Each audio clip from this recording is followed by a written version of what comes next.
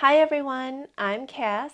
Welcome to my kitchen, where today I am sharing one of my favorite variations of vegan pesto. I make a batch of pesto almost every week. It's really quick and easy to put together, and it's so versatile. There are just so many different ways to use it, and this is one of the variations I make most often. We're using kale and spinach because that's what I almost always have on hand. You can really use any greens that you do have on hand. It can be fresh or frozen. We're also using walnuts instead of pine nuts, again because that's something I almost always have on hand.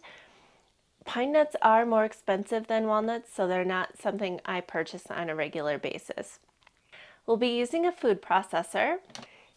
In the bowl of your food processor, we're going to add 1/2 cup of walnuts,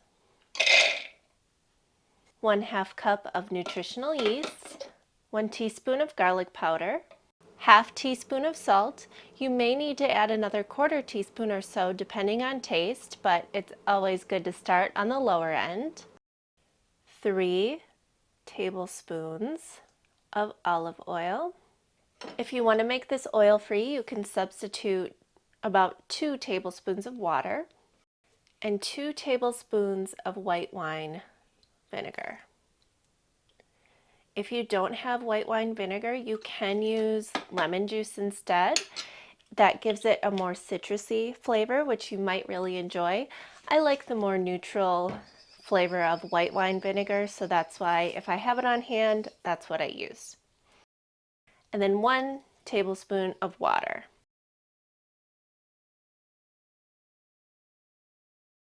We will probably be adding more water, but we always want to start with less so that it doesn't get too runny on us.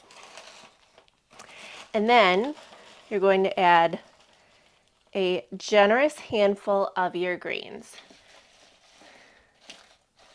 So again, I've got a baby kale and spinach mix that I'm using.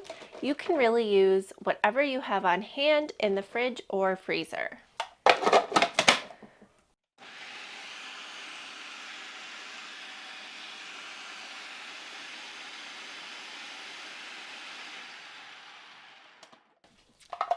Scrape down the sides. I'm going to add another 1.5 tablespoons of water. You might need more or less depending on the greens you used, whether they were fresh or frozen. This is also where you want to do a taste test. See if you want to add any more salt, garlic powder. I make this so often that I don't need anything extra. That's exactly how I like it, but you can make any little adjustments you might need to. There is your quick, easy, delicious green pesto.